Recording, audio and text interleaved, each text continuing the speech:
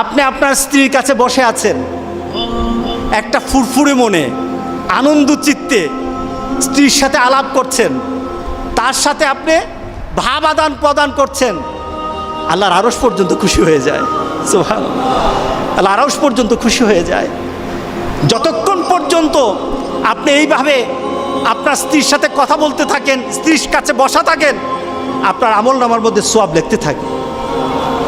রাসূল পাক সাল্লাল্লাহু আলাইহি সাল্লাম এই কথা বলার পর এক সাহাবী বললেন, ইয়া রাসূলুল্লাহ, স্ত্রীর সাথে একসাথে শুবো, একসাথে ঘুমাবো, একসাথে খাবো, একসাথে তাকে আদর করব, এটা কি সওয়াবের কাজ হতে পারে?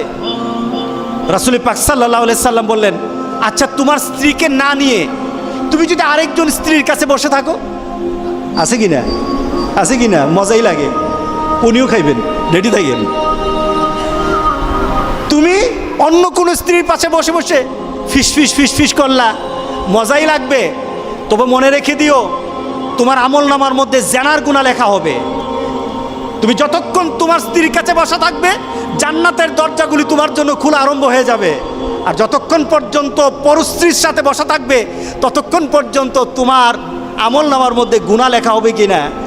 সাহাবাই কেরাম বলেন, ইয়া রাসূলুল্লাহ, অন্য স্ত্রীর সাথে বসলে তো গুনাহ তো হবেই, তাহলে তার উল্টাটা তোমার হালাল বউর সাথে বসলে, তোমার হালাল যাকে হালাল করেছো তার সাথে বসলে সব হয়ে যাবে।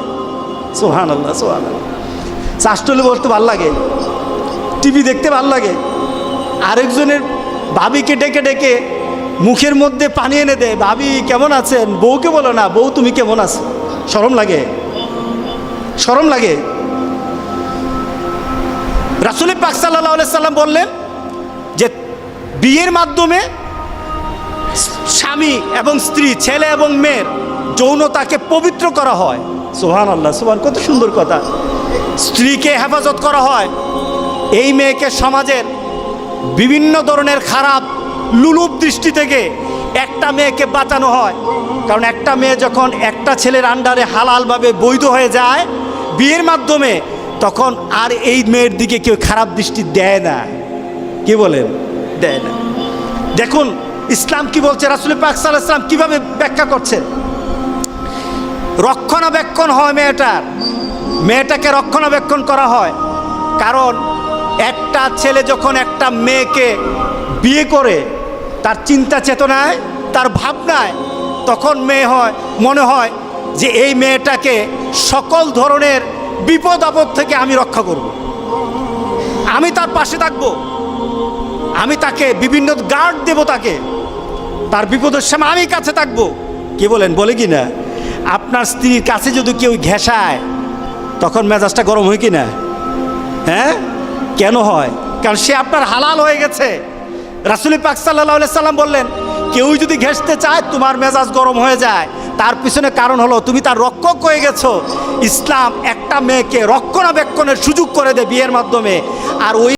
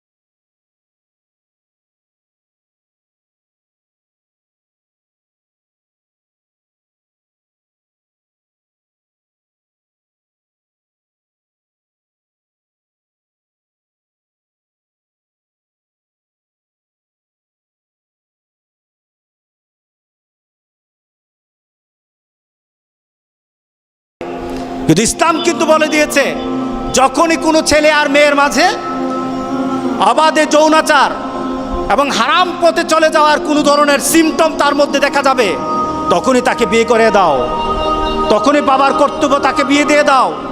এটা আমার ইসলাম বলেছে, এটা আমার আল্লাহ বলেছেন, এটা আমার রাসূলের বলা। সুতরাং যতক্ষণ পর্যন্ত এই পদ্ধতি চালু না হবে, জেনা ব্যভিচার কমবে না, বাড়তেই থাকবে, বাড়তেই থাকবে, লিভ টুগেদার বাড়তে থাকবে। রাসূল পাক সাল্লাল্লাহু আলাইহি সাল্লাম থেকে যে আমাদের বিয়ের মাধ্যমে কি হয়, আমাদের প্রজন্ম সৃষ্টি হয়। আমাদের সমাজে প্রজন্মের এই সমাজও আছে, ওই সমাজও আছে। মুসলমানরাও বলে, যদি বিয়ের মাধ্যমে সন্তান জন্ম নেয়, এই সন্তানগুলি হলো আখিরাতের পুঁজি। কোথাকার পুঁজি? আখিরাতের পুঁজি। একটা সঠিক পদ্ধতিতে সন্তানকে যখন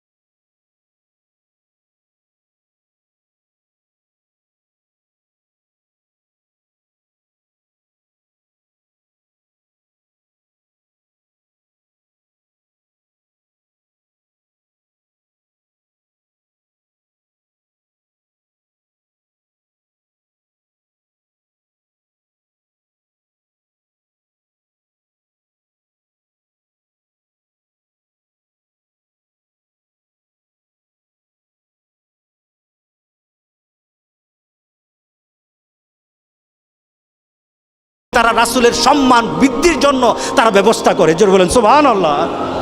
কারণ সেখানে যদি উম্মত বেশি হয়, সম্মানটা কার হবে? আমার রাসূলের হবে। কার হবে সম্মান? আমার রাসূল।